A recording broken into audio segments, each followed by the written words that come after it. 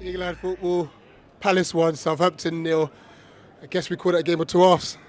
Massively, wasn't it? It's probably the best first half of football we've had this year by a long way. I can't say it's the worst second half because we've had the last 3 hours have been much worse than that.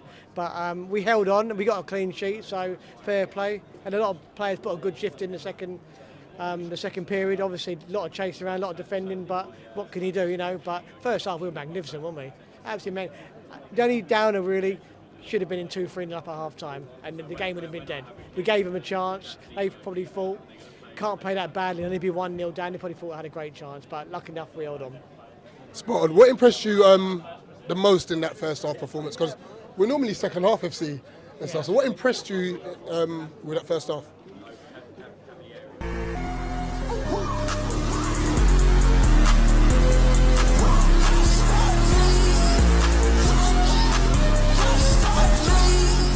I think the change. It's happened to me now. Yay! I think the change of tactics. I like the 4-2-3-1 personally. Thank you.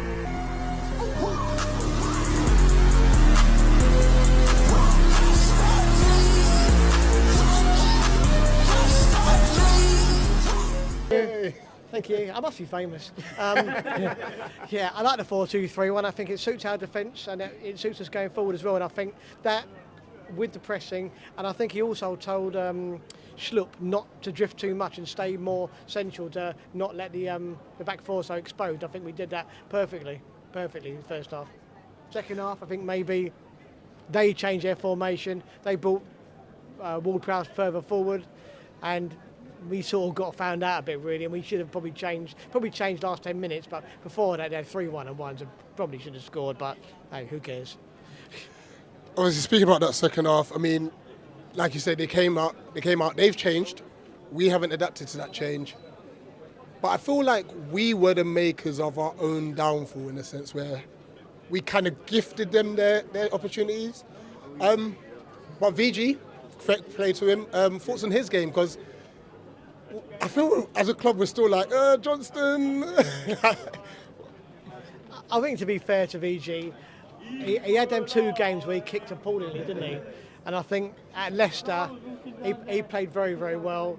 I don't think he's done much about the goals at Everton, but yeah, he cemented his place again. But you know, when you've got a good competition on the bench, this is what happens, isn't it? You know, so he played very well today. And the 3 1-on-1 saves, what can you say?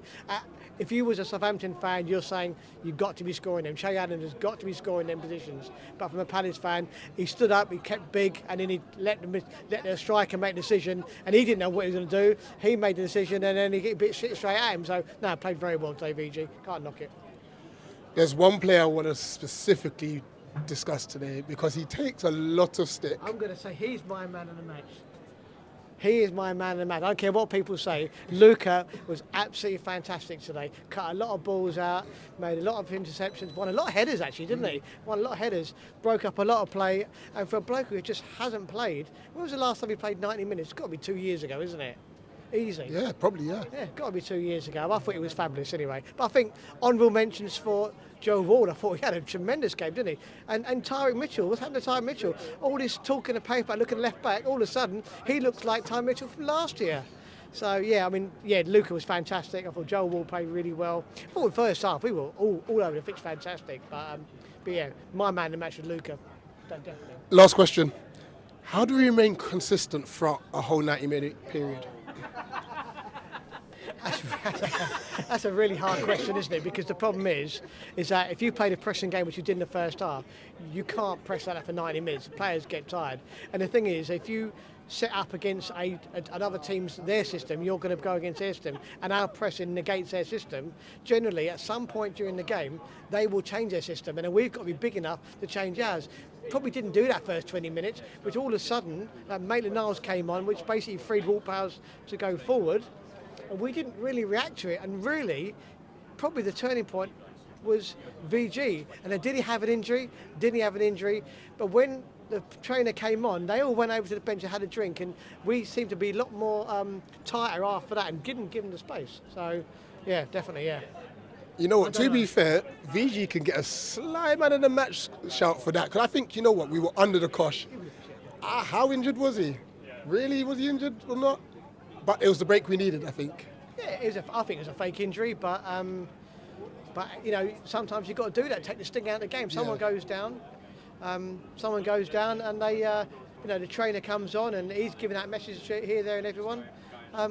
You know, but I thought VG had a really good game today, yeah. And in fact, if he did fake that, then fair play to him. We needed that time out of the game, take the momentum away from Southampton, because they were building up plenty of momentum by that point.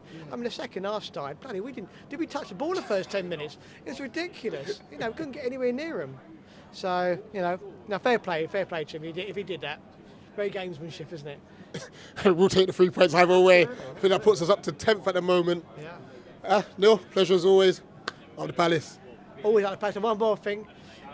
Palace fans, get down to Wembley Arena. Let's watch Rich Riakporhe fight. It's a great afternoon, evening out. Was it boxing? Boxing's on. Up the Palace. Up the Palace.